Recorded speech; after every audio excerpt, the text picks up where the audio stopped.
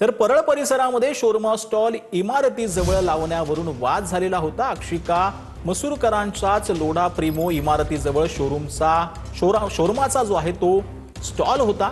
इमारतीतील 20 ते 22 गुजराती लोकांनी शोरमा स्टॉल हटवण्यास सांगितल्याचा त्यांनी आरोप केला।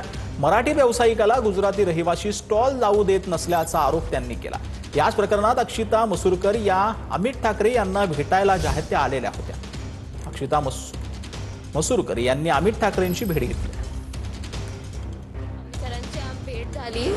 अमित सरांची भेट झाली। त्यांनी आम्हाला फारच असं ट्रस्टनी एकदम सांगितलंय की काही टेन्शन नाहीये, तुम्ही तिथे करा, मी तिकडे स्वतःहून व्हिजिट देतो हवं तर। 2 आठवड्यापासून ते लोक आम्हाला त्रास देतच होते। ते वरिष्ठांकडे ते लोक कंप्लेंट्स तक्रार करत होते सारखं की तिकडे लावूच नका, हे आमची जागा आहे, इकडे नाही लावायचं।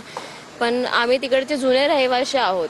ते लोक आत्ता आमचे 4 पिढ्या तिकडे गेले आणि ते लोक आत्ता येऊन सांगणार आम्हाला की तुम्ही इथे लावू नका, तुम्ही इथे चिकन करायचं नाही, तिकडे नॉनव्हेज करायचं नाही, तर ते राईट नाही।